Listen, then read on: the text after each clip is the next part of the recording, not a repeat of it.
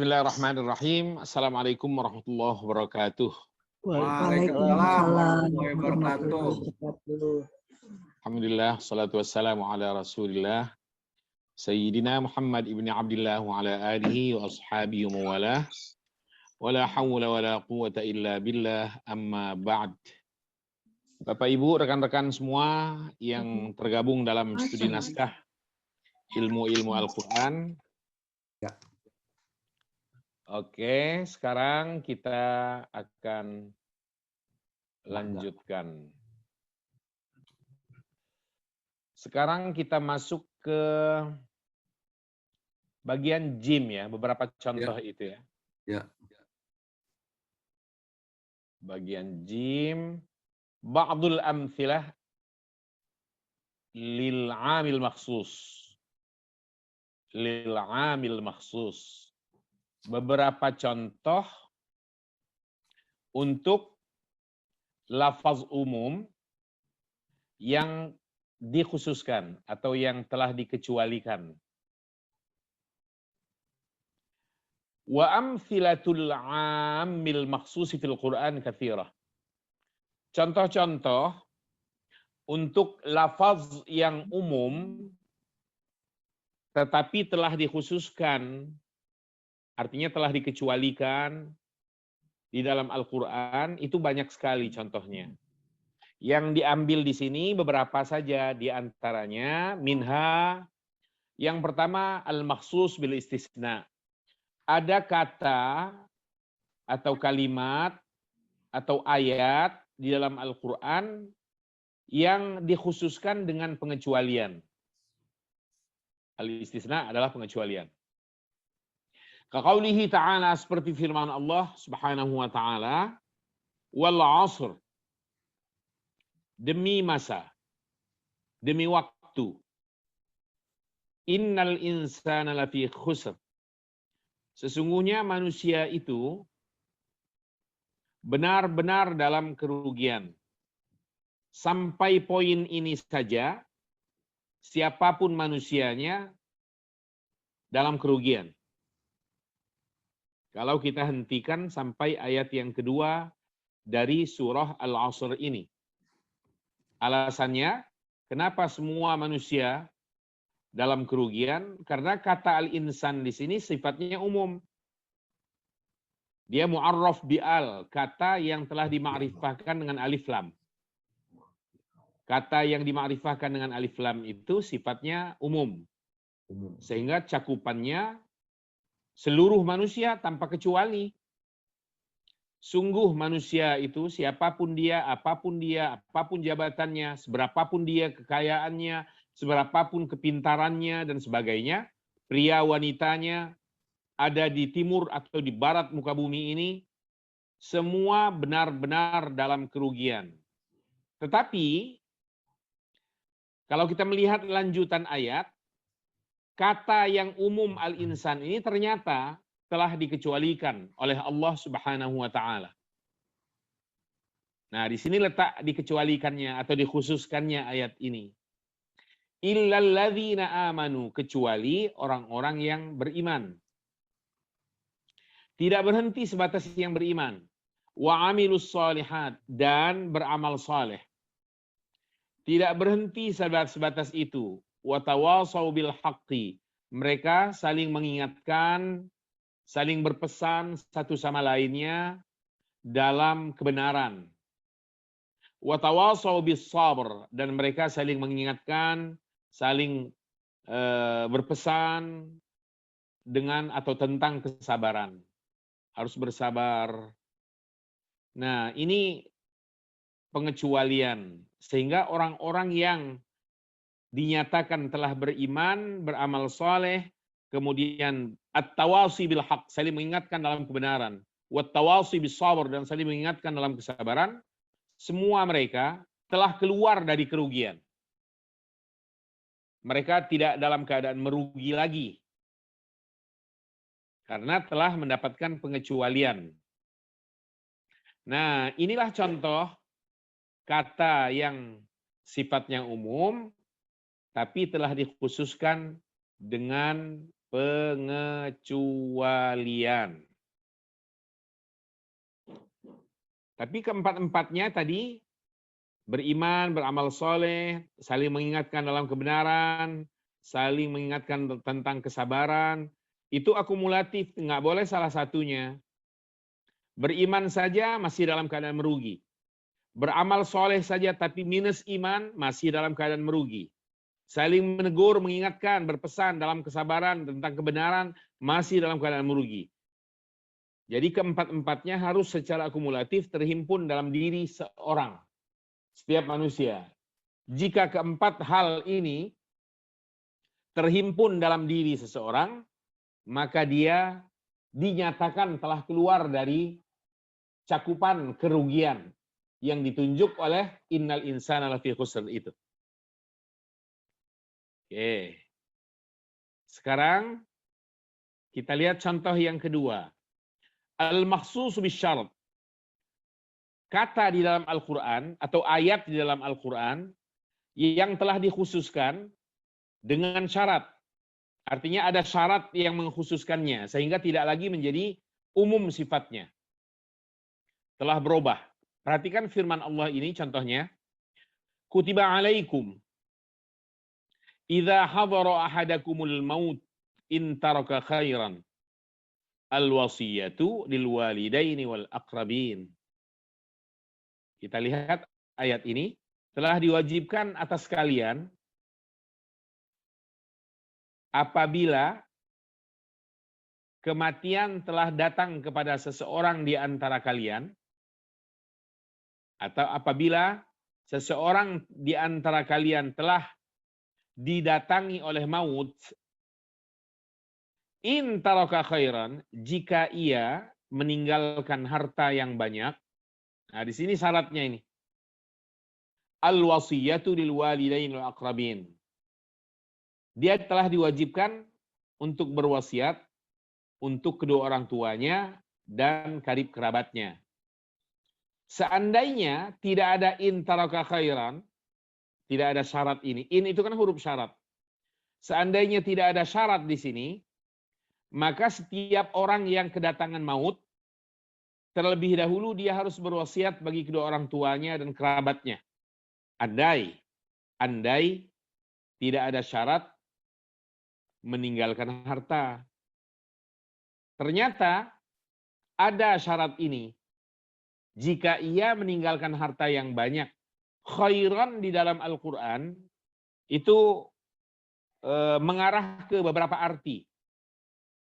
Khairan bisa diartikan harta seperti ini. Khairan bisa diartikan kebaikan. Khairan juga bisa diartikan lebih baik atau khairun, lebih baik. Jadi superlatif dia atau ismu tafdil dalam bahasa Arabnya. Khairun. Seperti inna anzalnahu fi lailatul qadar wa ma adraka ma lailatul qadar, lailatul qadar khairun. Dari situ lebih banyak. Tapi kalau ada ayat yang kita dengar, faman ya'mal mithqala dzarratin khairan yarah, lalu wa man ya'mal mithqala dzarratin syarran yarah, maka khairan tadi artinya adalah kebaikan. Bukan harta, bukan juga lebih baik.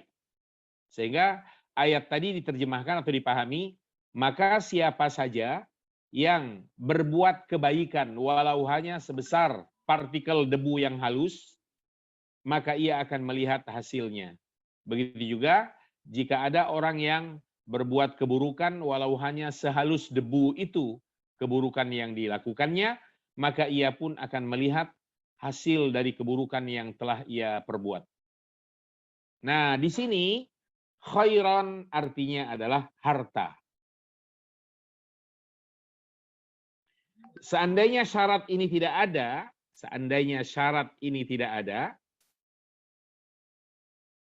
maka kalimat ini atau ayat ini akan berarti telah diwajibkan atas kalian berwasiat kepada kedua orang tua dan karib kerabat apabila seseorang di antara kalian telah didatangi oleh kematian. Terlepas dari dia berharta atau enggak.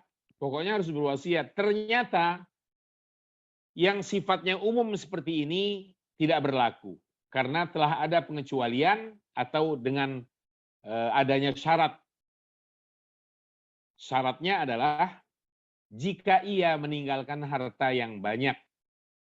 Berarti jika tidak meninggalkan harta yang banyak, tidak diwajibkan untuk berwasiat.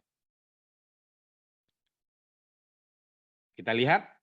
Faqauluhu in taraka khairan.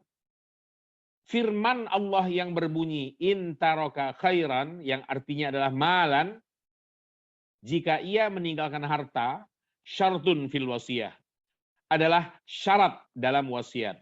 Berarti jika tidak meninggalkan harta apa-apa, atau meninggalkan harta tapi tidak banyak, maka tidak berlaku wasiat bagi dirinya dikala kematian telah sampai. Oke. Yang ketiga, al-makhsus bi ayatin ukhra minal Qur'an. Ada ayat dalam Al-Qur'an yang sifatnya umum, berlaku secara umum, kandungannya juga umum, tapi telah dikhususkan dengan ayat yang lain di dalam Al-Quran, sehingga keberlakuannya tidak lagi umum. Kita lihat firman Allah, wal mutallaqatu, istri-istri yang ditalak, yatarabbasna bi anfusihinna, mereka menunggu atau menangguhkan untuk dirinya thalathata quru, 3 kali quru. 3 kali quru itu bisa 3 kali haid, bisa juga 3 kali suci.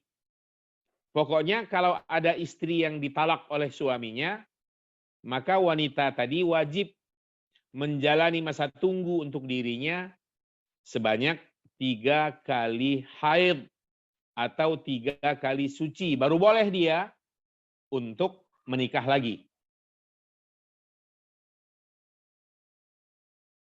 Nah, di sini ada penjelasan. Fahuwa amun.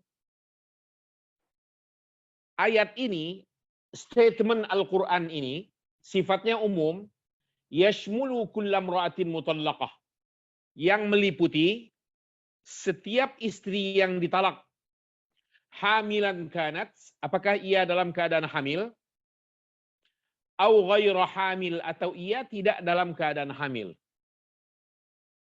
madkhulan biha, apakah dia telah bercampur dengan suaminya, au ghaira madkhulin biha, atau dia belum bercampur sama sekali dengan suaminya. Oke. Jadi sifatnya umum.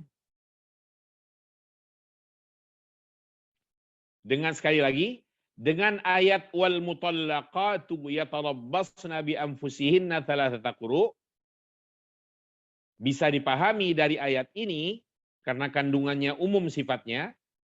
Setiap istri apapun kondisinya, hamil atau tidak hamil, telah bercampur atau belum bercampur sama sekali dengan suaminya, jika jatuh talak atas dirinya, ia wajib menjalani masa tunggu 3 kali suci atau 3 kali haid untuk boleh menikah lagi.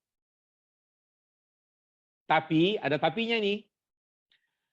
Tapi ayat ini ternyata telah dikhususkan atau tidak lagi bersifat umum karena telah ada pengecualian. Apa? Wa khussa biqaulihi, dan ayat ini telah dikhususkan dengan firman Allah, maksudnya telah dikecualikan. Wa ulatul ahmali ajaluhunna ayyadha'na hamlahun. Istri-istri yang hamil lalu dicerai oleh suaminya atau talak, baik itu talaknya talak mati, maksudnya talak mati itu suaminya meninggal dunia, lalu istrinya dalam keadaan hamil, maka masa tunggunya tidak harus 3 kali suci atau 3 kali menstruasi. Terus berapa lama? Masa tunggunya adalah ayyadha'na hamlahunna. Ajaluhunna, masa tunggu mereka adalah sampai mereka melahirkan atau meletakkan isi kandungannya. Maksudnya melahirkan. Artinya dengan dia, si wanita, si istri, telah melahirkan dan telah menjalani masa nifas selama kurang lebih 40 hari, maka telah selesai baginya masa iddah atau masa tunggu dan sudah dibolehkan untuk menikah.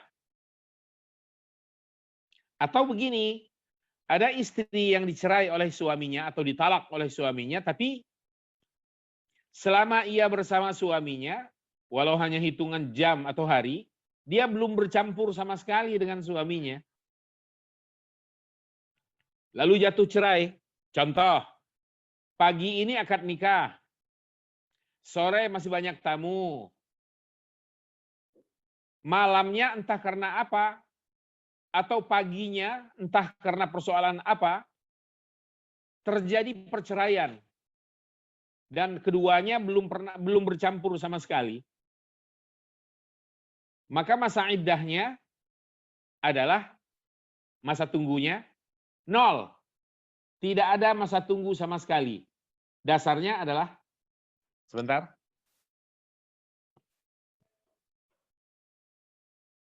Sebentar ya, Pak.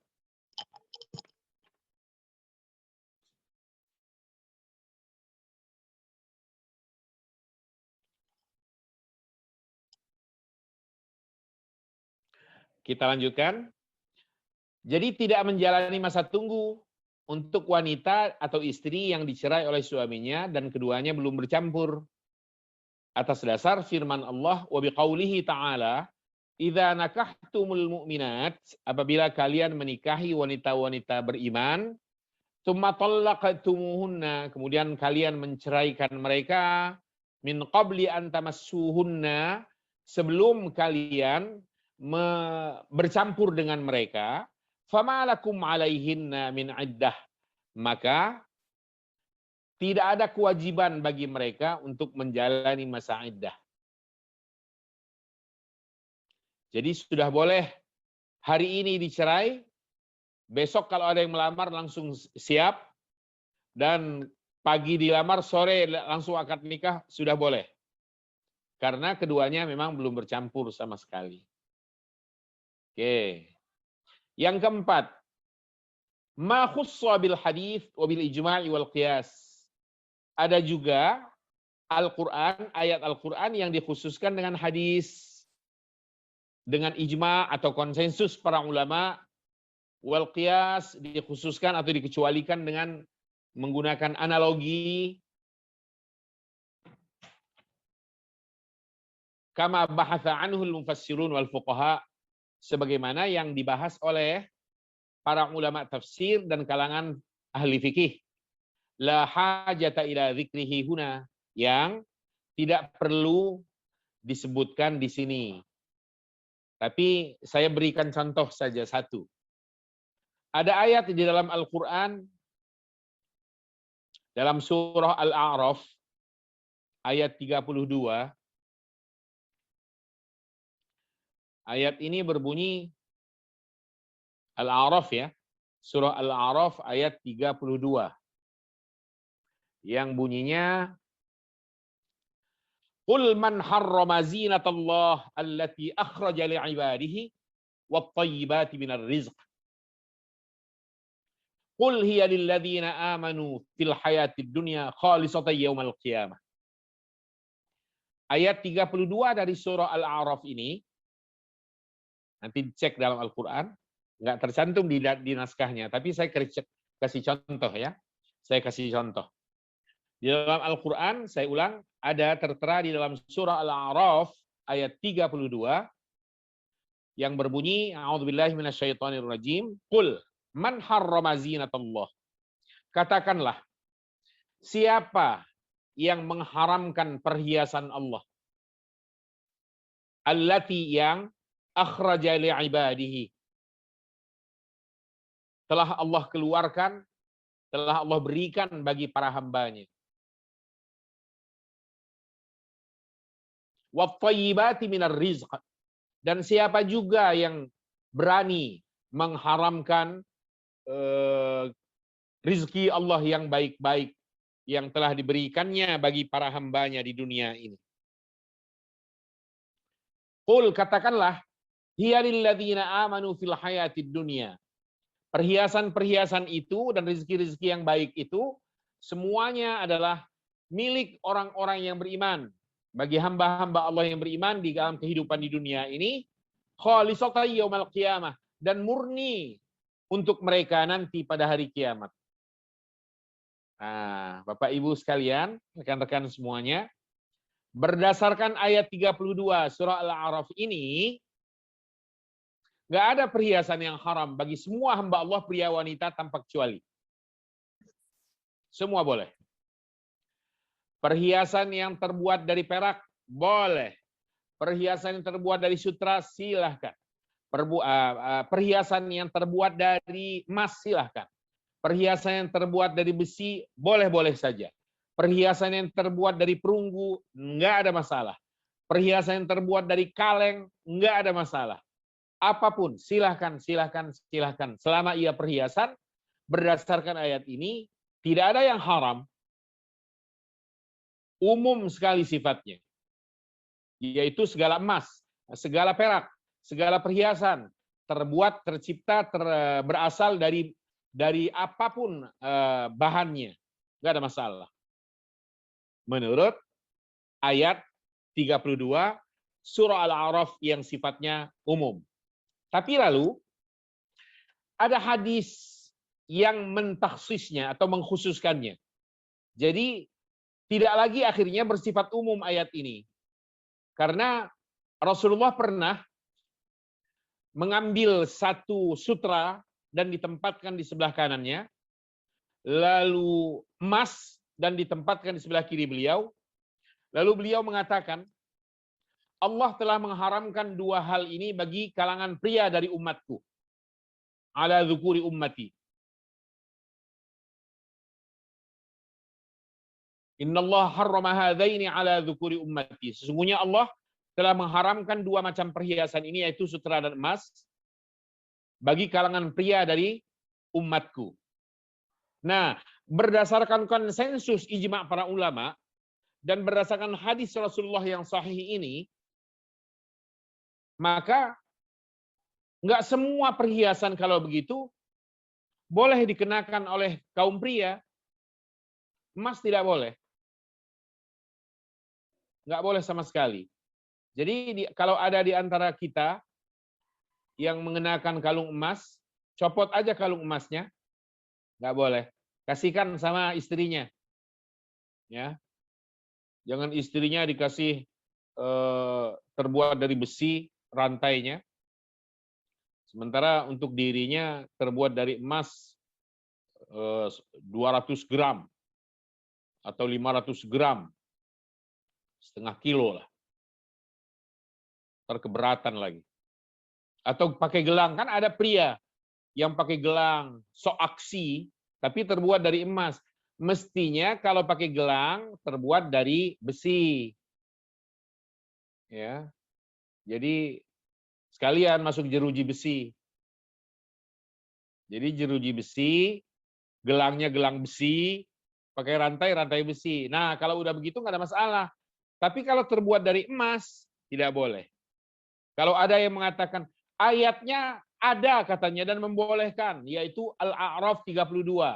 Ini sifatnya umum, sehingga kaum pria maupun wanita sembarang perhiasan terbuat dari bahan apapun boleh berdasarkan ayat yang sifatnya umum ini. Kita bisa jawab bahwa ayat yang sifatnya umum ini telah dikecualikan. Sudah ada pengkhususan, taksis, yaitu adanya hadis Rasulullah yang mengharamkan emas dan sutra untuk kalangan pria dari umat beliau Muhammad SAW. Jadi seperti itu. Nah, Bapak Ibu sekalian, itulah penjelasan mengenai am dan khas di dalam Al-Qur'anul Karim. Sebelum beralih ke yang lainnya, ke tema berikutnya, kita buka dulu tanya jawab. Barangkali ada unek-unek, silahkan. Kita buka dulu. Yang mau tanya, silahkan tanya. Maaf Pak Ustadz, Ya, mungkin saya tadi agak telat, cuman ingin menanyakan kalau untuk laki emas dan sutra kan itu katanya diharamkan. ya, Tapi kan itu dasarnya hadis ya Pak Ustadz, ya. bukan Al-Quran kan. Nah padahal Bukan. di surat 732 Pak Ustadz bilang secara umum. Apakah ini berarti hadisnya ini ya secara tanda kutip ya, apakah hadis ini lebih kuat dari Al-Quran? Pertanyaan sederhananya gitu Pak Ustadz. Ya. Makasih Pak Ustadz.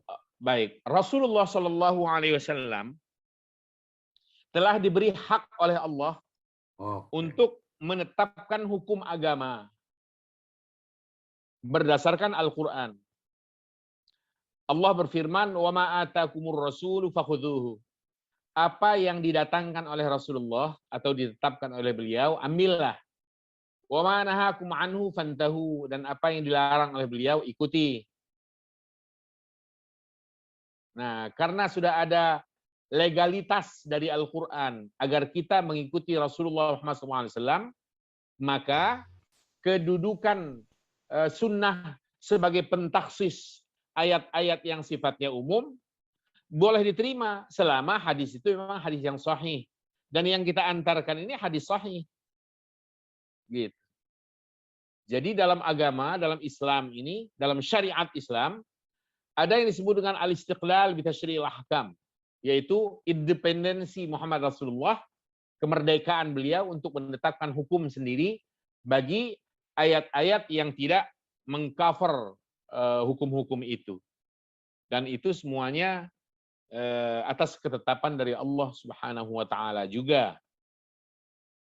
Itu jawabannya, Pak Noviar.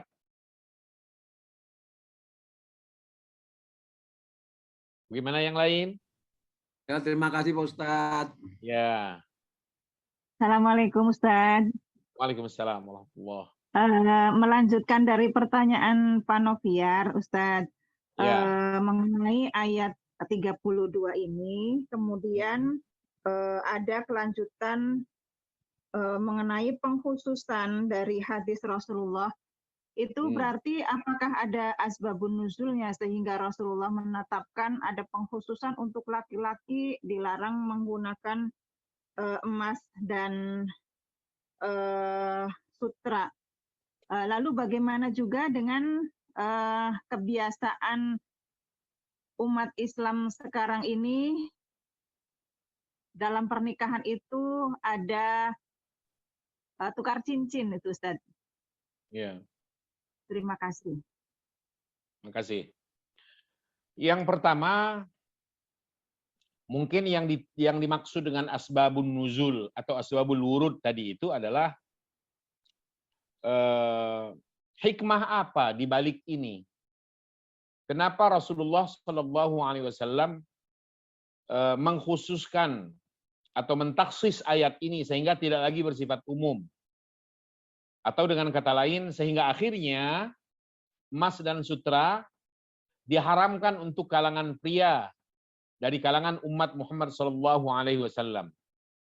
Hikmahnya adalah Rasulullah tidak ingin kalangan pria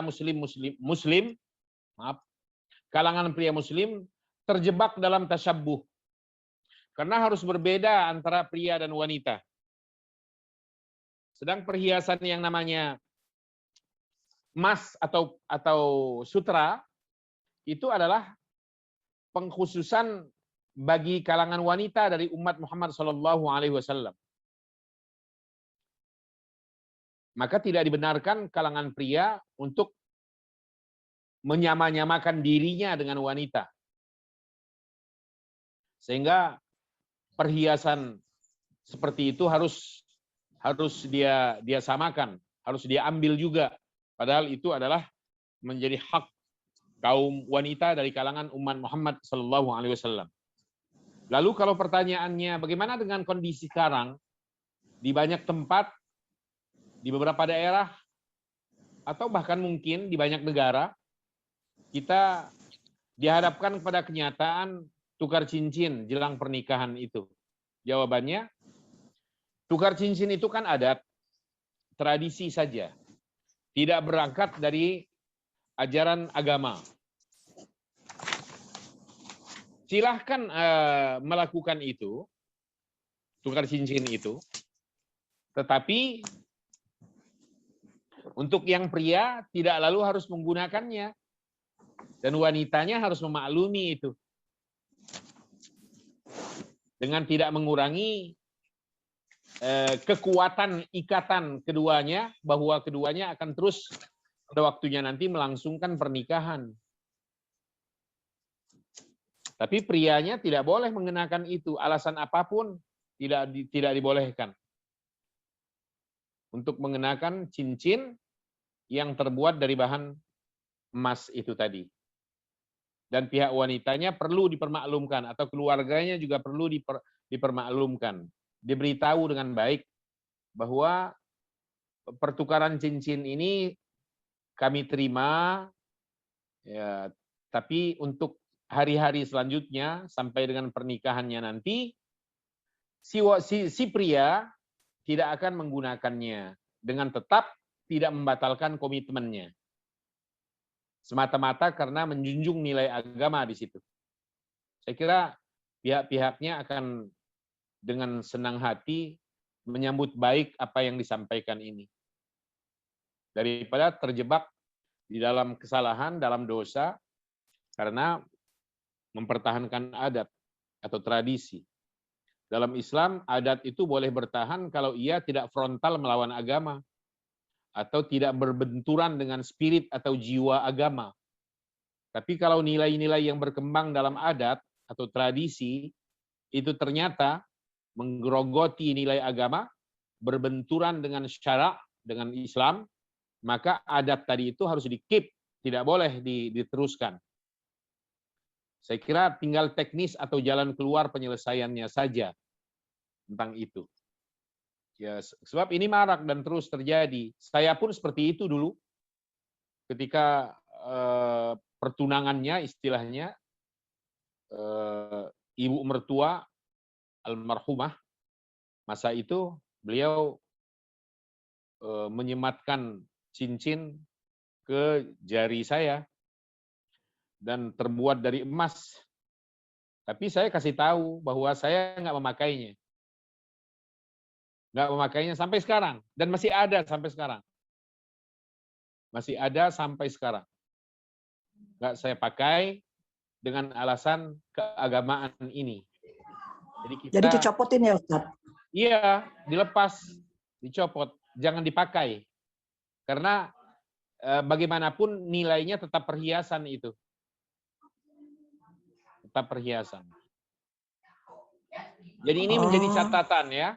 Menjadi catatan untuk kita semua. Mas muda gitu Ustaz, nggak boleh juga? Mas muda itu apa sih maksudnya? Yang apa? Yang agak-agak itu agak kayak warna swasta gitu Ustaz. Yang enggak 24 karat. Dia mau 18 karat atau 24 karat sama aja. Selama ia disebut emas sama aja. Emas. Kecuali Ustaz, kalau dia bukan emas lagi.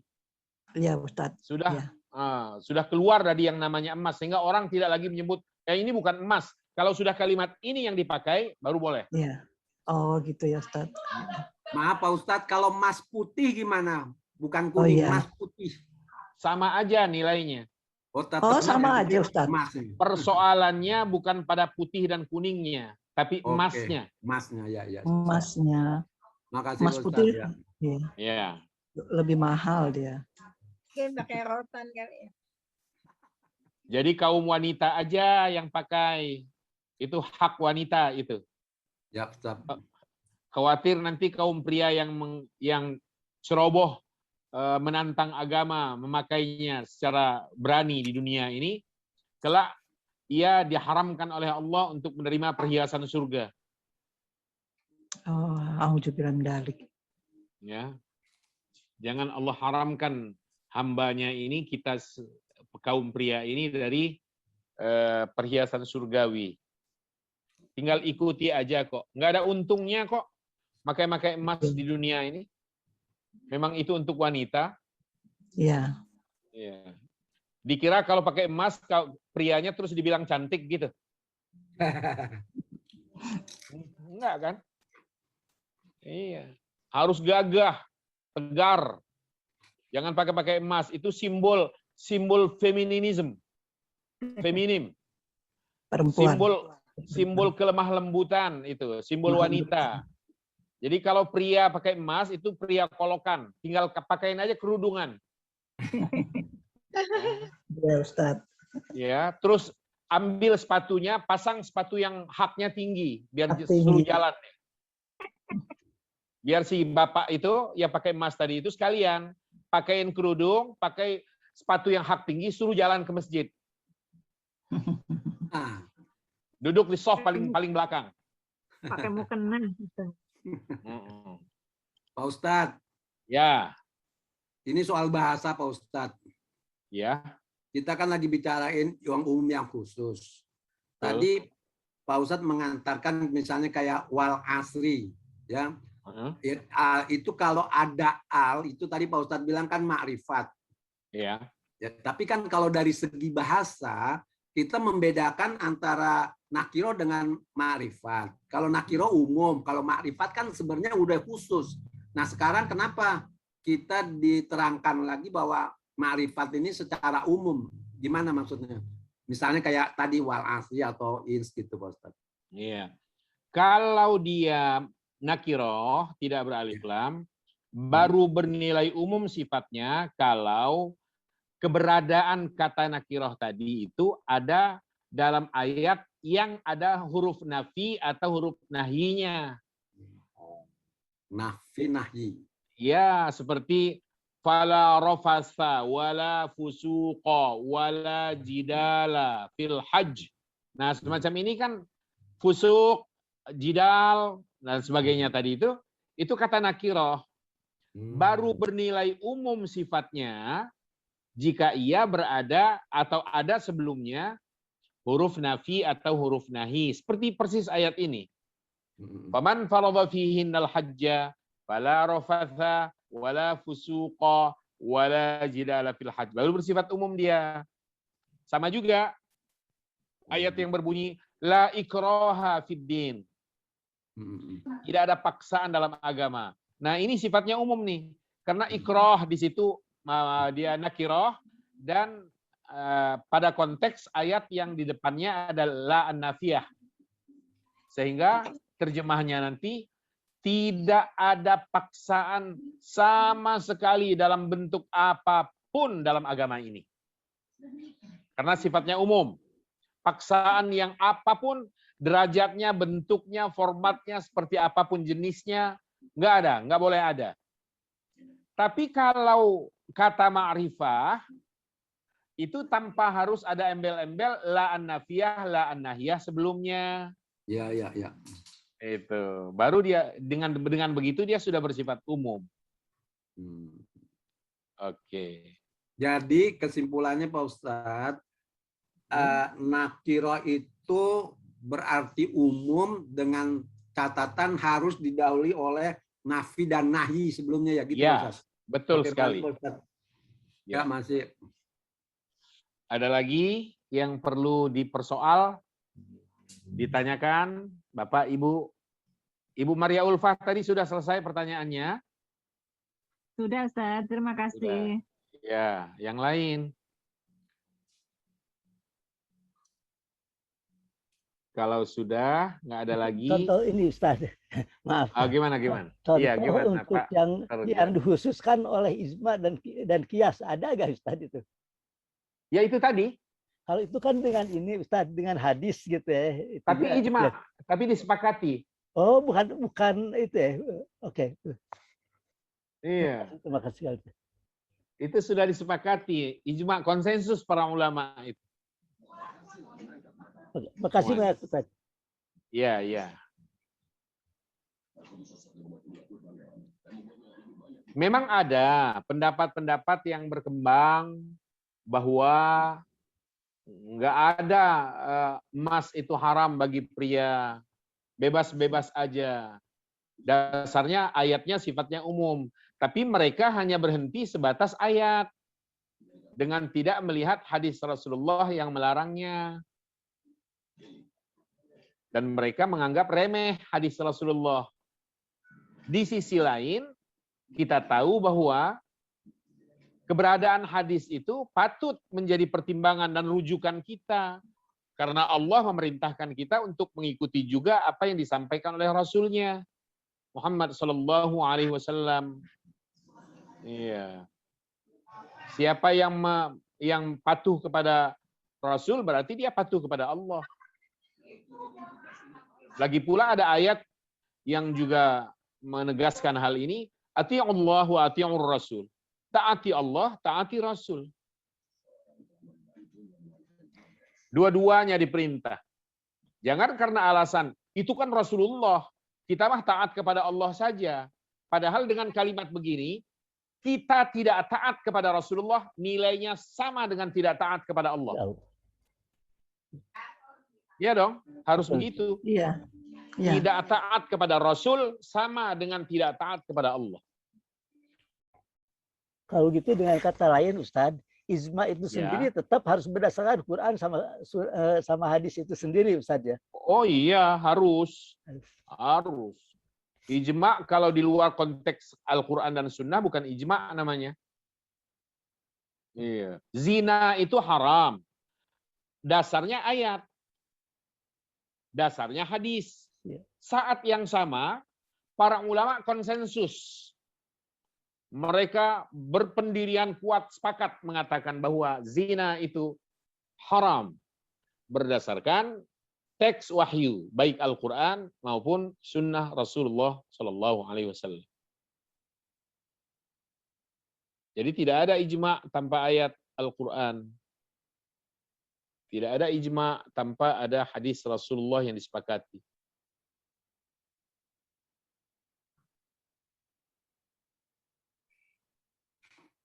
Oke. Pak Ustadz, satu lagi boleh nggak Pak Ustadz? Silahkan. Ini kita nih walaupun udah sampai peserta SNUK, tapi kan soal hadis itu kan terus terang aja terutama saya pribadi belum banyak pengalaman. Nah, tadi Pak Ustadz bilang yang penting hadis itu sahih. Nah, ini bagaimana caranya nih buat kita yang masih pemula ya dalam tanda kutip ini untuk mengamalkan suatu hadis yang kita belum tahu nih kesohihannya.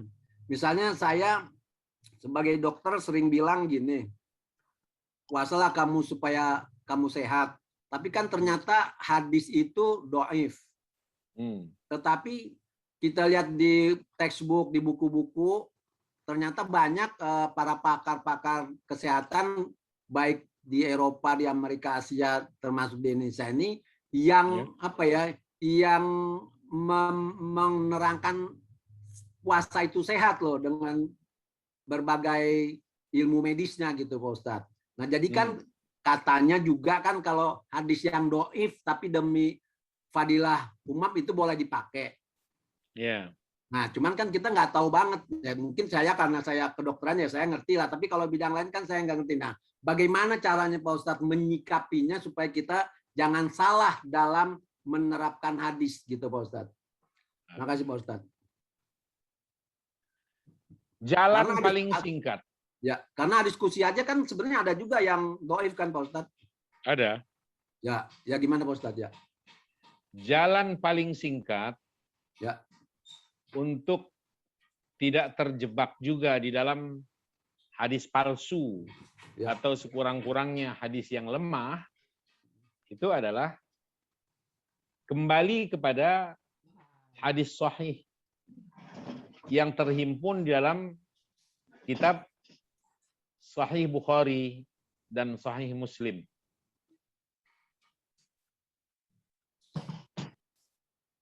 Jika sudah masuk ke dalam kedua kitab ini, insya Allah posisi kita posisi aman. Karena apa? Sahih Bukhari itu adalah kitab yang tingkat validitasnya nomor 2 paling sahih setelah Al-Quranul Karim. Nomor 1. Ini jalan paling singkat ini. Ya. Kemudian berikutnya dikembangkan ke kitab-kitab selain Sahih Bukhari dan Muslim.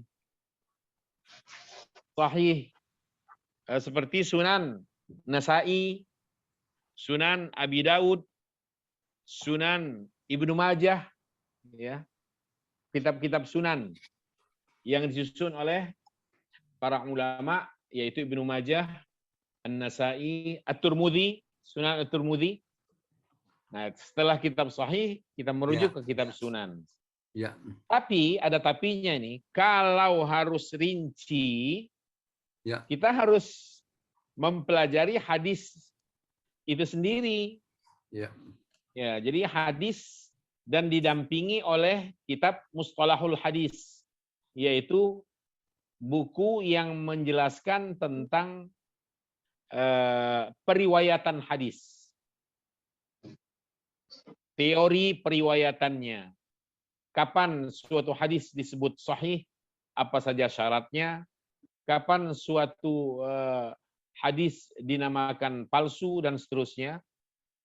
Dan memasuki wilayah itu harus ada waktu tersendiri, yaitu mempelajari hadis Rasulullah SAW dan mustalah hadis, yaitu rambu-rambu dalam memahami hadis Rasulullah SAW.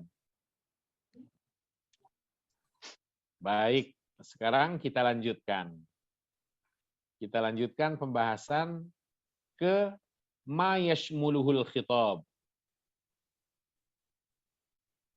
Arti ma yashmuluhul khitab itu adalah yang dicakup oleh firman Allah, yang dicakup oleh ayat Allah.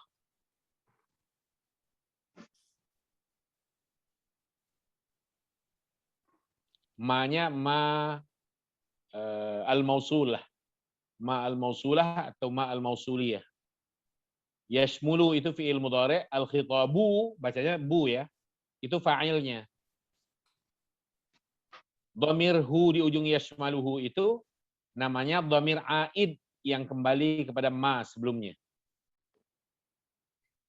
Terjemahannya ma yashmuluhul khitab, apa yang dikandung oleh atau yang dicakup oleh firman Allah atau ayat Allah. Al-khitab itu adalah dialog. Tapi maksudnya di sini adalah dialog ketuhanan, yaitu firman Allah Subhanahu wa taala. Ayat-ayat Al-Qur'an itu tegasnya begitu. Yang dicakup oleh ayat Al-Qur'an. Yang pertama, al-alif. Al-khitabul khas bir Rasul sallallahu alaihi wasallam. Dialog atau ayat yang khusus untuk Rasulullah sallallahu alaihi wasallam, atau yang menyinggung secara khusus Rasulullah Shallallahu Alaihi Wasallam.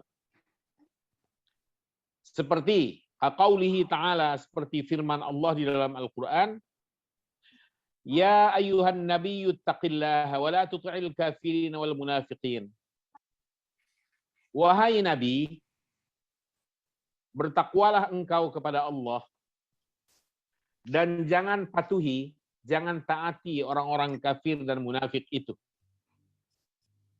Jangan engkau taati, jangan engkau patuhi orang-orang yang kafir dan orang-orang yang munafik itu.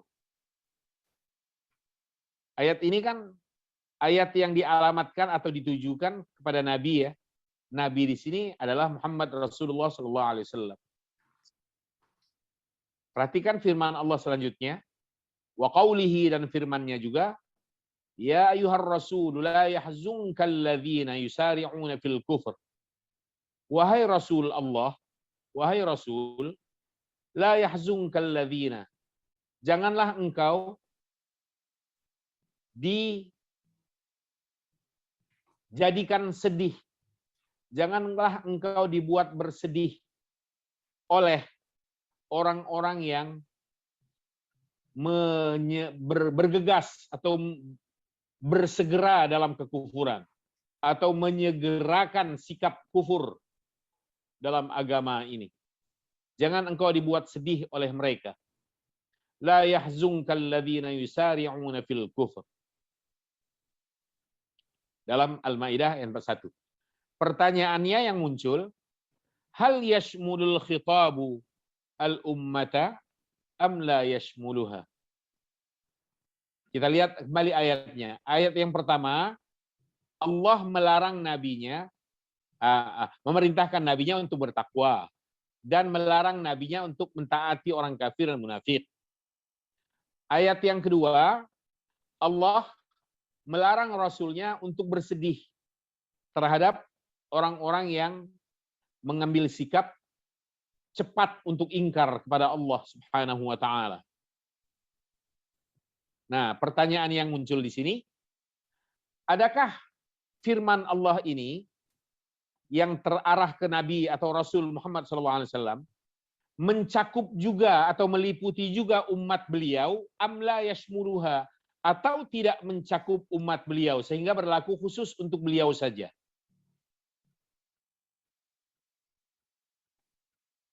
Perhatikan jawabannya. Jawabannya tidak memberi kata putus nih, hanya menawarkan pendapat. Fadzahaba qaumun, sebahagian ulama, qaumun di sini adalah ulama. Fadzahaba qaumun ila, sebahagian ulama berpendapat annal khitaba, bahwa ayat Al-Qur'an ini yashmulul ummah, meliputi umat Muhammad SAW, walaupun ayatnya terarah kepada beliau saja. Tetapi nilai kandungan ayat ini tidak bisa dipisahkan dari umat beliau, sehingga umat akhirnya tercakup. Jika Allah memerintahkan nabinya untuk bertakwa kepada Allah, berarti umat pun diperintahkan untuk itu. Jika Nabi dilarang Allah untuk taat kepada orang kafir dan munafik, berarti umat beliau juga dilarang oleh Allah untuk taat kepada orang kafir dan munafik. Dan seterusnya. Alasan mereka, kelompok ini, li'annar rasula, karena Rasul itu qudwatun laha. Karena Rasul itu adalah tauladan bagi umat. Lahanya lil ummah. Tauladan bagi umat beliau. Sehingga kalau Rasul diperintah untuk bertakwa, ya umat ikut. Kalau Allah melarang Rasulnya untuk taat kepada kafir, berarti larangan yang sama berlaku untuk umat. Nah, kira-kira seperti itu. Ini menurut satu pendapat. Perhatikan pendapat berikutnya. Wa dhahaba akharun, yang lain, maksudnya sebahagian ulama yang lainnya berpendapat, annahu dhahaba ila, itu berpendapat ya. Bukan pergi. Tapi dhahaba ila artinya menganut aliran atau berpendapat. Annahu la yashmuluha, firman Allah ini tidak mencakup umat. Sehingga berlaku secara khusus untuk Rasul saja. Alasan mereka, li'anna as-shighah, karena bentuk kata tadullu ala, menunjukkan ikhtisasir rasuli biha, menunjukkan kekhususan Rasul atau keberlakuan secara khusus untuk Rasul Shallallahu Alaihi Wasallam. Sehingga perintah takwa berarti berlaku khusus untuk beliau. Umat tidak. Dilarang taat kepada kafir dan munafik juga begitu. Umat tidak. Hanya Rasul saja menurut pendapat ini. Nah, kira-kira kalau kita sampaikan, kita lempar kepada kita semuanya ini, kira-kira menganut pendapat yang mana? Bapak, Ibu, rekan-rekan semua kita ini? Ini sih pendapat yang pertama, Ustaz. Sama ya, teladan. Sama. Pakai teladan ya, Ustaz. Enggak, yang kedua? Yang kedua, Ustaz. Kenyataannya banyak yang kedua.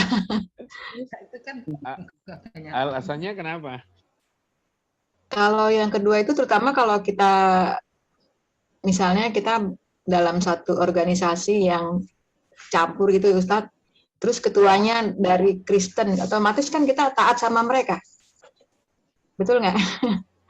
Ya perusahaan lah, misalnya saya bekerja di perusahaan milik non-muslim. Ya, Kan saya harus taat dengan peraturan mereka. iya. Harus ke gereja.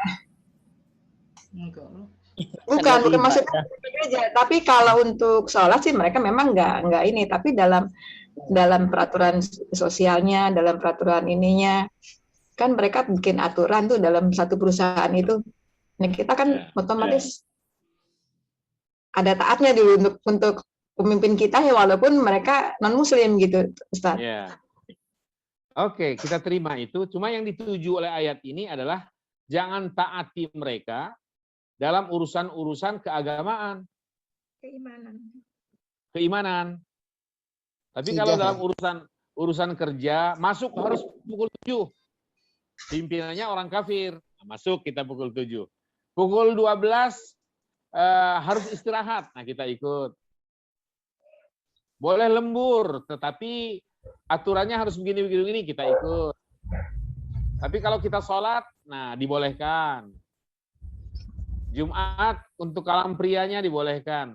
Jadi kalau kepatuhan kita dalam hal-hal yang sifatnya tidak bertentangan dengan keagamaan, nggak ada masalah. Yang dituju di sini adalah jangan taati orang kafir, jangan taati orang munafik dalam kaitannya dengan keimanan kita, dengan keagamaan kita, bukan dalam urusan yang sifatnya duniawi yang tidak berbenturan dengan agama kita, bukan itu. Oh, baik Ustaz. Iya. Jadi bagaimana?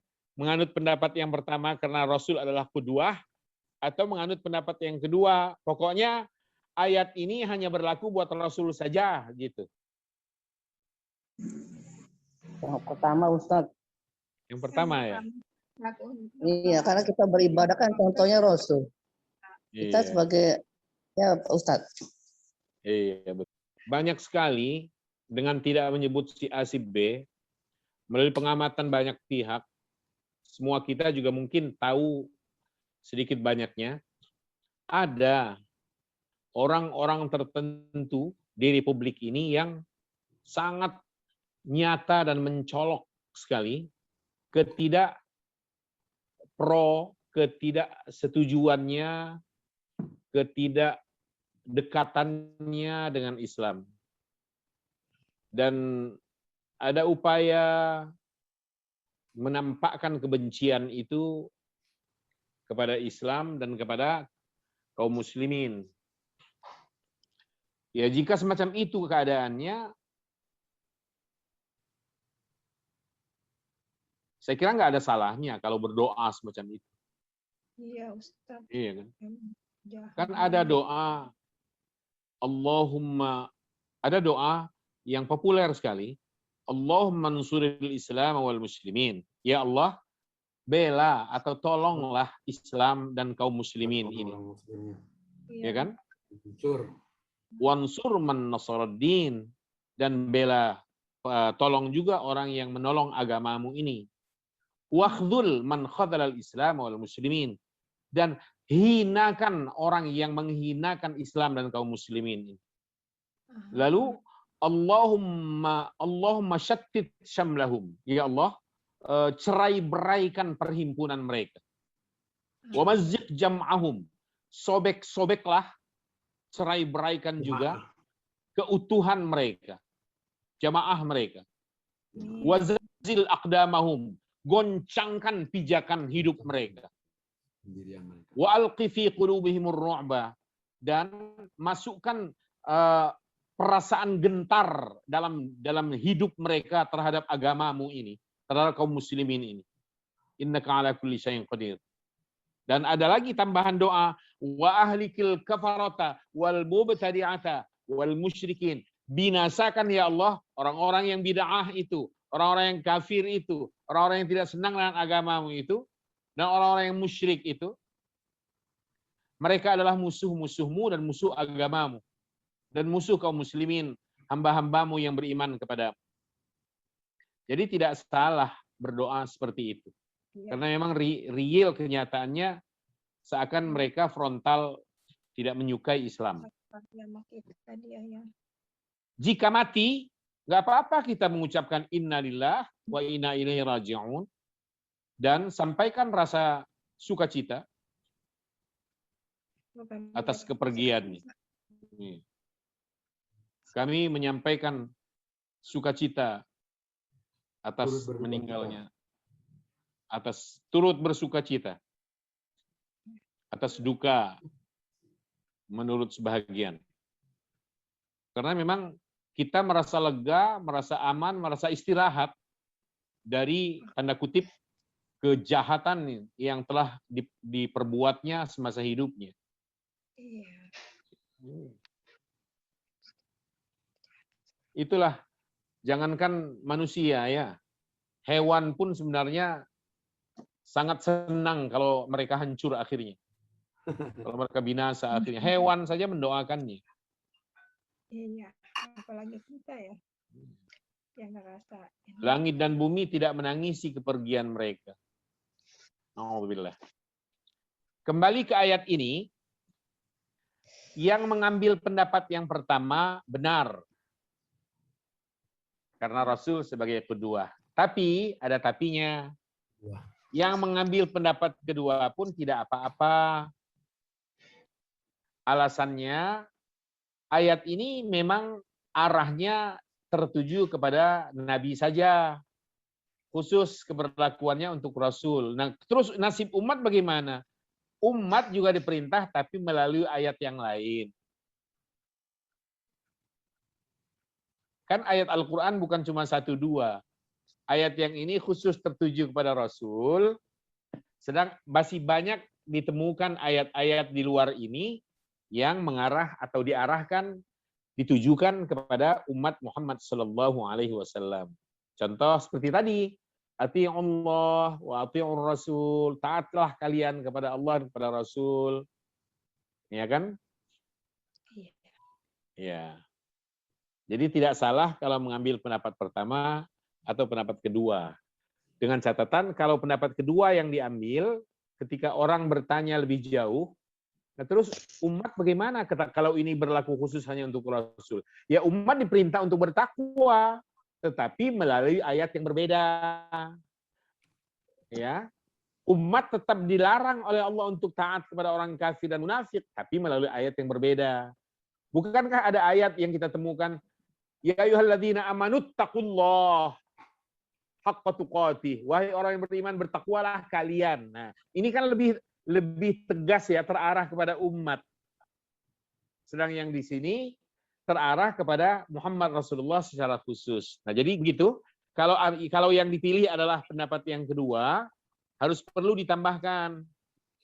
Pendapat yang kedua ini benar, tidak mencakup umat Muhammad, sedang umat diperintah sesuai dengan ayat yang berbeda atau di luar ayat ini, oleh ayat yang lain, maksudnya dalam Al-Quranul Karim. Oke, kita lanjut. Bagian B, al-khitabu al-mudhafu ilal mu'minin. Al-khitabul mudhaf, ayat yang disandarkan kepada orang-orang yang beriman. Ayat yang disandarkan kepada orang yang beriman. Kaqaulihi ta'ala, seperti firman Allah,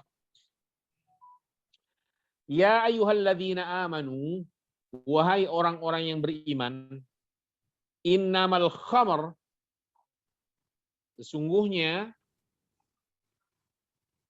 minuman keras itu, wal maisir,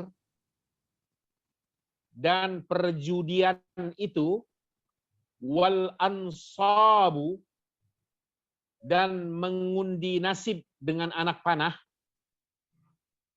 wal azlamu, dan memberikan sesajen atau sesajian, rijsun, itu adalah perbuatan kotor, min amali syaitan, termasuk perbuatan setan. Fajtanibuh, maka jauhkanlah oleh kalian hal itu semuanya. Oke. Al-Maidah ayat 90. Dan yang muncul, hal yashmulul khitabul kafira? Apakah ayat ini meliputi juga orang yang kafir? Padahal ayat ini kan tegas mengarah kepada hamba-hamba Allah yang beriman. Di awal ayat kita temukan, ya ayyuhalladzina amanu, wahai orang-orang yang beriman. Nah, apakah orang-orang yang kafir dicakup oleh ayat ini sehingga mereka pun dilarang oleh Allah untuk diperintahlah oleh Allah untuk menjauhkan minuman keras, judi, mengundi nasib dengan anak panah, dan menyerahkan atau membuat sesajen. Jawabannya ada di sini, tapi belum tentu harus diterima seluruhnya. Jawabannya wal mukhtaru annahu la yashmuluh. Tidak meliputi orang kafir. Dan yang dipilih atau pendapat yang dianut atau yang dipilih adalah annahu, bahwa khitab Allah atau firman Allah ini la yashmuluhu, tidak meliputi orang yang kafir. Amanu. Ya ayyuhalladzina amanu. Bagaimana kalian, Bapak Ibu, rekan-rekan semua? Menganut pendapat ini atau ada pendapat yang lain? Kalau menurut pendapat ini tidak mencakup orang kafir, hanya untuk orang yang beriman saja. Barangkali ada pendapat bisa juga mencakup orang yang kafir gitu. Jelas Ustaz, jelas untuk orang beriman. Oh, jelas untuk orang yang beriman. Oke, baik. Orang beriman, ya.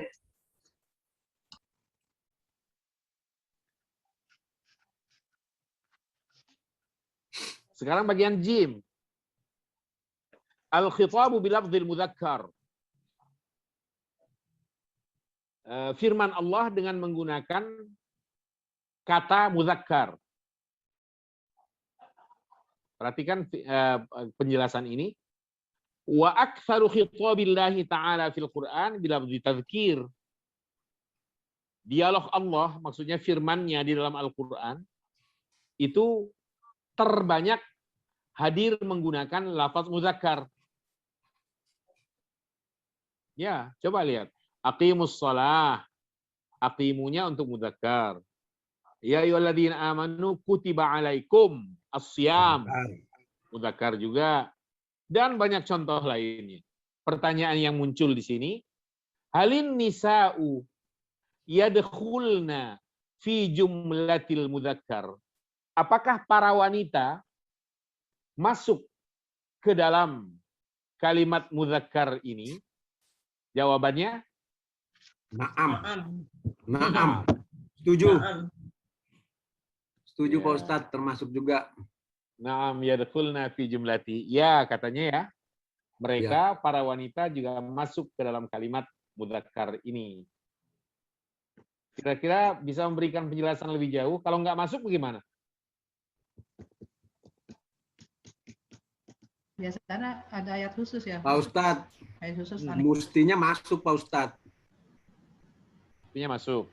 Karena misalnya yang dipanggil orang beriman laki-laki untuk puasa. Kan nggak Ya. mungkin yang puasa cuma laki-laki aja. Oke. Cuman yang jadi pertanyaannya adalah di surat Al-Jum'ah Pak Ustadz. Gimana? Ya ayyuhalladzina amanu iza nudiya lis-shalah. Kalau dipanggil Jumat, nah itu kan orang yang beriman laki-laki tuh. Ya. Nah buat perempuan ini kan pasti beda kan, artinya nggak wajib. Ya. Nah itu gimana Pak Ustadz kita menerangkannya? Kalau Di di Mekah sini- sih semuanya pada ke masjid kalau di Mekah. Betul. Di Tapi sini kan di peran. kita Indonesia ini Ya, terus? di sini kita ada sih masjid kayak yang suka Jumat juga ada ibu-ibunya, tapi itu sangat di tanah air kita ini sangat jarang sekali. Nah kalau kita Al-Azhar. menganut bahwa Al-Azhar, Pak. muzakkar itu juga meliputi mu'annas, kalau secara hukum sholat Jumatnya ini gimana kita ini kan kita harus Nah, konsekuen dong. disinilah peran hadis Rasulullah. Oke, ya. Kalau kita mengabaikan hadis Rasulullah Shallallahu Alaihi Wasallam, maka wanita seluruhnya wajib untuk melaksanakan sholat Jumat fardu ain. Ya. Tapi karena adanya hadis Rasulullah bahwa wanita dari kalangan umat Rasulullah itu tidak wajib untuk menjalankan Jumu'ah, Tapi maka kalau menjalankan bagi mereka tidak ada hukum fardu ain untuk melaksanakan Jumu'ah. Tapi andai wanita muslimah menjalankan juga sholat Jumat itu, pohonnya gugur. maka gugur kewajibannya untuk menjalankan sholat zuhur. Sekarang kita masuk ke an-nasakh. Tahu arti an-nasakh? Saya tanya dulu.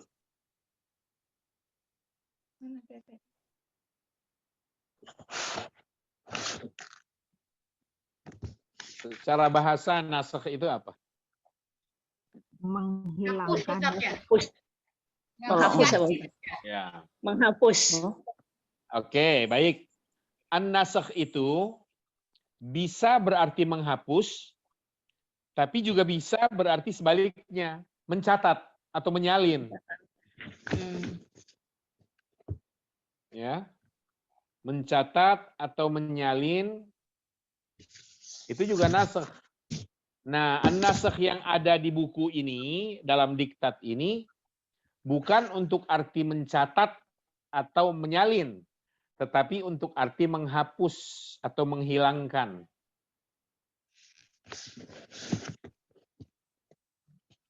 Kita lihat sekarang bagian A. Makna naskhi, makna nasakh.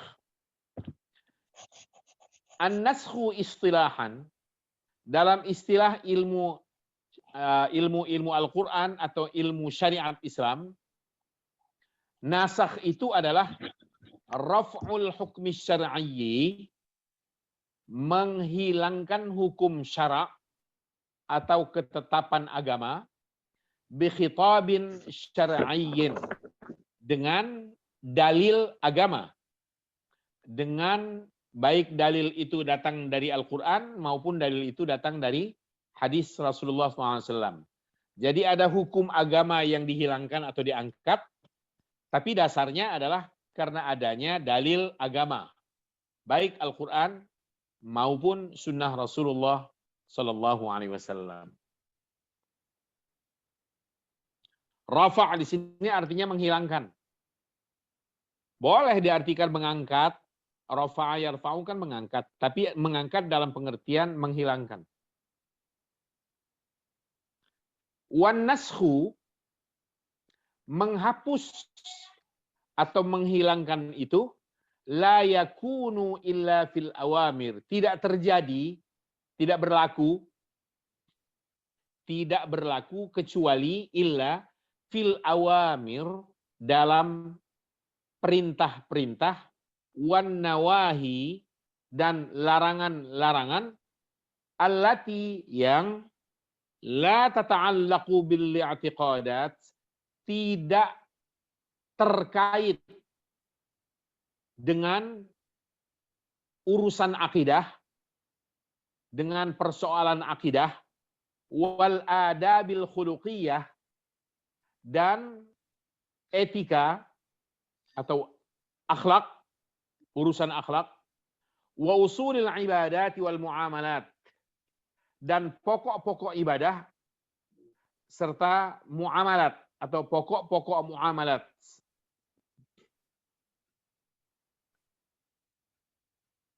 Jadi namanya nasakh, keberlakuannya hanya mengenai atau hanya terjadi dalam perintah dan larangan yang tidak ada hubungannya, tidak ada kaitannya dengan akidah, tidak ada kaitannya dengan akhlak, tidak ada kaitannya dengan pokok-pokok ibadah dan pokok-pokok muamalah dalam Islam.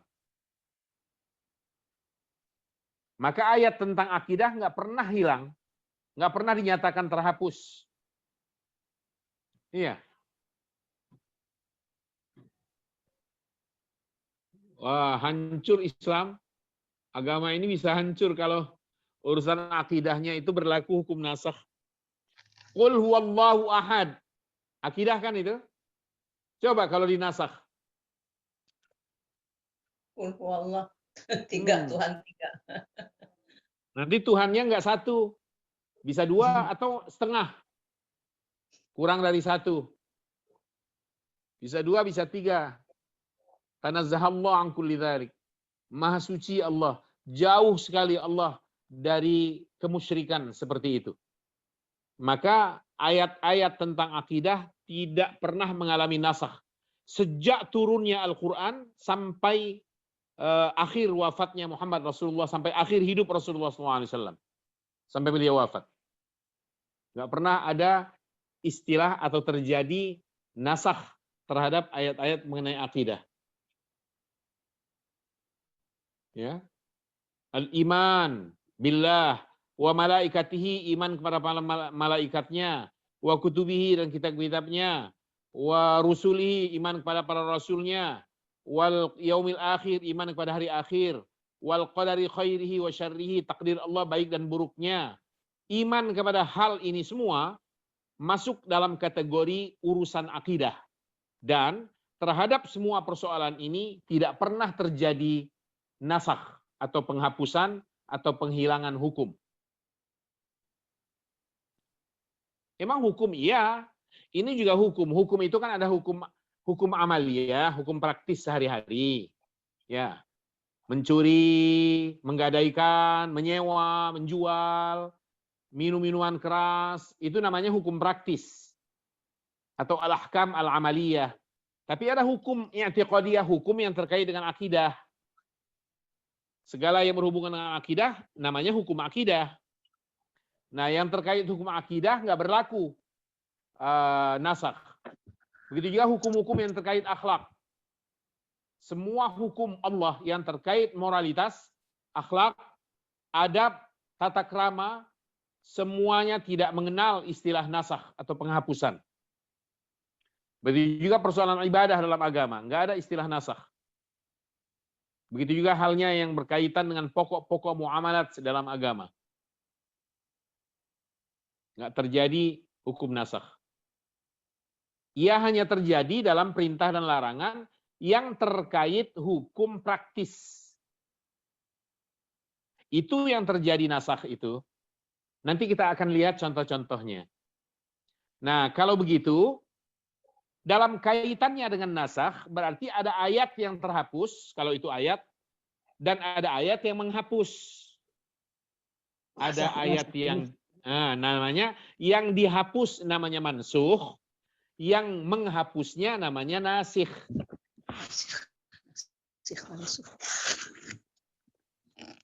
Nah, kita mesti tahu ada cara untuk mengetahui mana ayat nasikh yang menghapus, mana ayat mansukh atau ayat yang dihapus.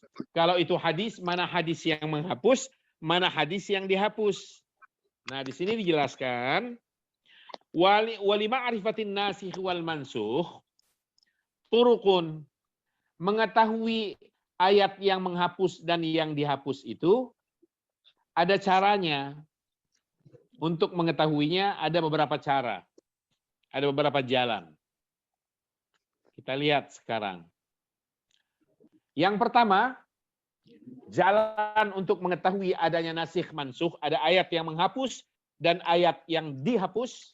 Yang pertama diketahui dari an-naqlus sharih anin Nabi sallallahu alaihi wasallam wa an sahabi. Adanya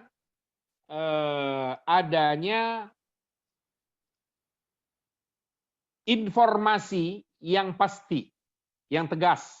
Naqal itu artinya di sini adalah info, ketegasan agama ya. Informasi yang tegas dari Nabi Muhammad SAW, dari hadis beliau, atau sekurang-kurangnya datang dari sahabat Rasulullah SAW. Coba sampai, nggak boleh dari tabi'in loh. Nggak boleh dari apalagi tabi'ut tabi'in. Apalagi generasi setelah tabi'ut tabi'in, nggak boleh. Jadi kalau hari ini ada ulama, ada kiai yang mengatakan bahwa ayat A dihapus oleh ayat B.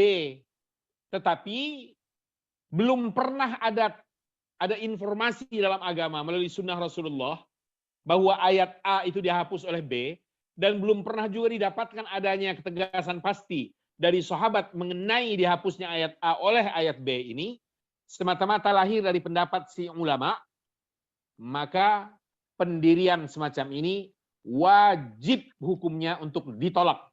Nggak boleh. Nggak bisa diterima. Jadi yang pertama, jalan mengetahui adanya nasikh mansukh itu harus dari ketegasan hadis Rasulullah atau sekurang-kurangnya dari sahabat Rasulullah SAW. Di sini diberikan contoh ke hadis seperti hadis kuntu nahaitukum an ziyaratil kubur. Kuntu, dulu aku pernah. Dulu aku, Rasulullah maksudnya, pernah nahaitukum, melarang kalian. An ziyaratil kubur, untuk ziarah kubur. Ala, ketahuilah saat ini, fazuruha, maka ziarahlah atau kunjungilah makam itu, kuburan-kuburan itu. Rawahul Hakim, hadis ini diriwayatkan oleh Al-Hakim. Nah, di sini hadis yang melarang ziarah kubur dihapus oleh penggalan hadis berikutnya yang memerintahkan untuk ziarah kubur. Nah, semacam ini namanya nasikh. Zuruha, perintah melakukan ziarah ini menasakh larangan Rasulullah yang pertama untuk menziarahi kuburan itu. Kalau begitu, hadis yang pertamanya tadi, penggalan pertama maksudnya, yang melarang ziarah kubur, itu mansukh. Dihapus oleh penggalan berikutnya hadis ini, yang memerintahkan untuk ziarah kubur. Tapi ada pendapat yang mengatakan, ini bukan nasikh mansukh ini. Ada yang menyebut mansa. Mansa itu penangguhan. Penangguhan maksudnya Rasulullah dulu melarang karena alasan tertentu. Melarang ziarah kubur ya. Lalu beliau membolehkan karena alasan pelarangan yang pertama tadinya, sekarang ini sudah hilang. Artinya juga sekaligus, jika alasan larangan yang pertama tadi muncul kembali sekarang, maka berlaku larangan lagi. Jadi berputar sesuai dengan ilat atau motivasinya. Al-hukmu, hukum itu ya duru ma'al illah, akan berjalan seiring dengan motivasinya, wujudan wa adaman, ada atau tiadanya. Kalau ada alasan, maka hukum muncul. Kalau alasannya hilang, maka hukum yang lain akan muncul juga, akan berbeda. Kenapa Rasulullah melarang ziarah kubur pertama? Karena banyaknya tindakan-tindakan yang dilakukan peziarah yang menyimpang dari hal agama. Kenapa akhirnya beliau membolehkan? Ketika keadaan normal, orang-orang yang menyimpang dalam cara ziarah itu sudah tidak lagi mengikuti cara-cara menyimpang itu. Sudah lurus dalam cara, maka dibolehkan. Persoalannya, seandainya muncul kembali alasan-alasan dilarangnya ziarah kubur masa itu, berlakukah kembali larangan? Ya, jawabannya pasti iya. Harus dilarang. Jangan tidak.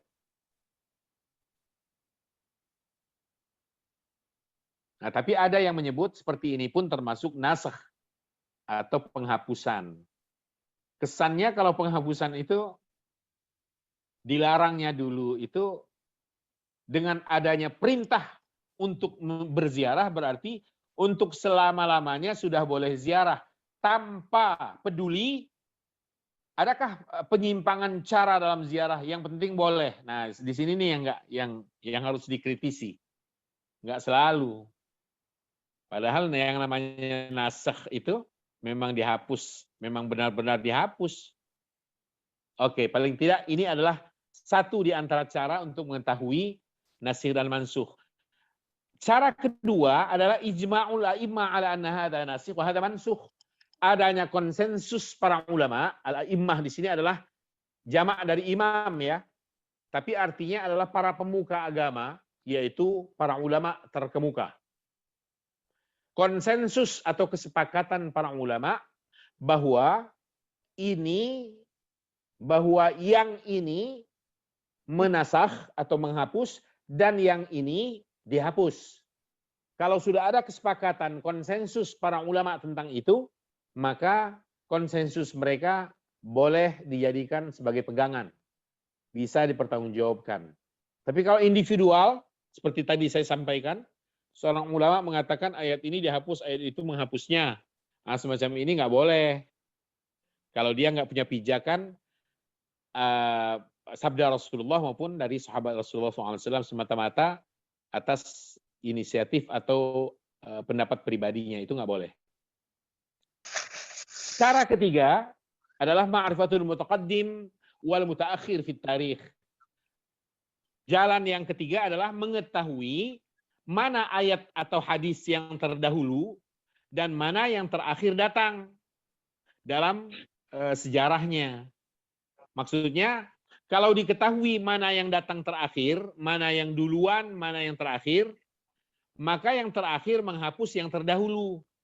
Nggak mungkin yang terdahulu menghapus yang baru datang, begitu, nggak boleh. Yang belum ada. Iya.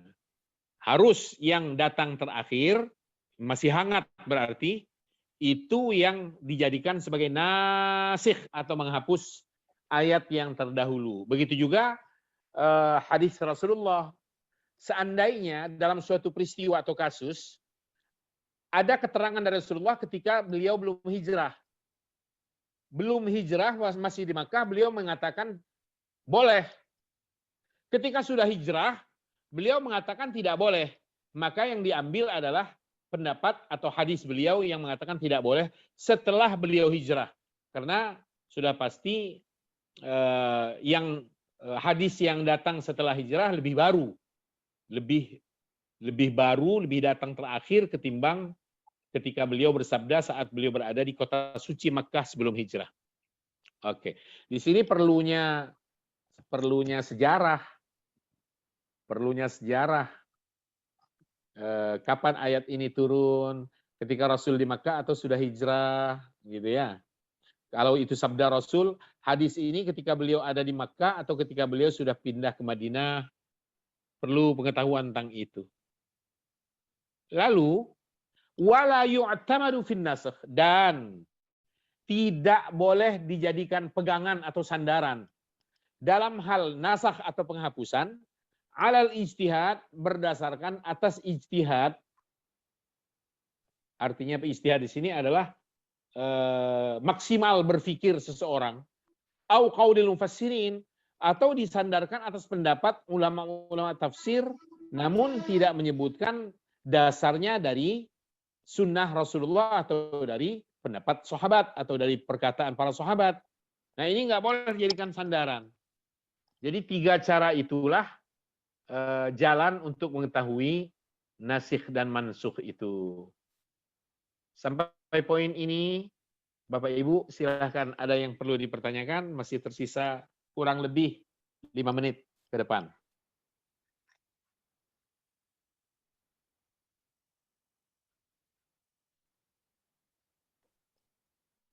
Tentang ziarah kubur mungkin? Ustadz, boleh nanya Pak Ustadz? Ya, silahkan. Itu kan menghapus hukum itu kan tadi hanya yang berhubungan dengan perintah dan larangan. Iya. Tidak dengan akidah, ibadah, akhlak, dan sebagainya. Iya. Jadi sebenarnya masih samar Pak Ustadz. Karena yang namanya ibadah atau larangan atau perintah itu kan sebenarnya ibadah juga. Kebanyakan. Ya kan dalam ibadah itu ada larangan, ada ini. Jadi sebenarnya masih bagi saya masih ini Pak Ustadz. Sebenarnya masih samar nih soal menghapus itu. Kalau hanya terdefinisi yang ada hubungannya dengan larangan dan perintah aja. Bagaimana Pak Ustadz? Pernahkah ada ayat yang melarang kita sholat 5 waktu? Nggak ada. Nggak ada. Kalau ini dipegang, jika terjadi ada orang yang mengatakan ayat atau hadis, kalau itu hadis tentang 5 waktu itu sudah terhapus, dia bohong. Ini maksudnya. Nggak berlaku larangan, nggak berlaku penghapusan terhadap perintah tentang ibadah. Karena hubungannya dengan pokok-pokok ibadah ini. Coba contoh lain. Wabil walidaini ihsana. Ini kan hubungannya dengan berbakti kepada kedua orang tua. Dan ini hubungannya dengan akhlak seorang anak kepada orang tuanya. Pernahkah terjadi ada penghapusan ayat tentang hormat kepada orang tua?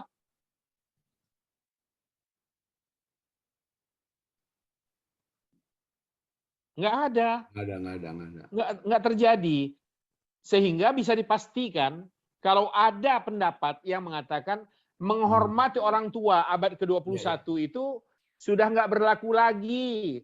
Bapak kita sudah boleh ditendang. Emak kita udah boleh dijewer. Karena ayat-ayat tentang menghormati orang tua itu kan berlakunya dulu. Sekarang sudah dihapus oleh kemajuan zaman. Nah, ini kibul besar-besaran dalam agama. Karena ayat atau hadis mengenai akhlak Qur'aniyah, akhlak Islamiyah, nggak pernah ada kasus penghapusan atau peristiwa penghapusan ayat. Itu maksudnya. Ya. Semacam itu. Oke.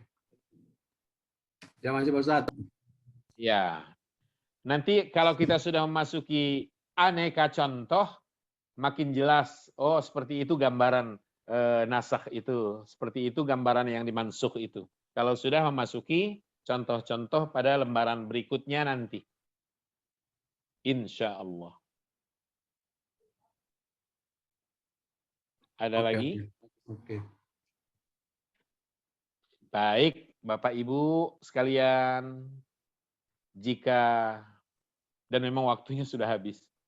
Kalaupun masih ada pertanyaan, diinventarisir saja, dicatat singkat, nanti dikemukakan dalam pertemuan yang berikutnya. Baik, sama-sama. Jazakumullah khairan katsiran. Semoga berkah, semoga sehat bersama keluarga tercinta. Amin ya rabbal alamin. Jazakumullah khairan katsiran. Assalamualaikum warahmatullahi wabarakatuh.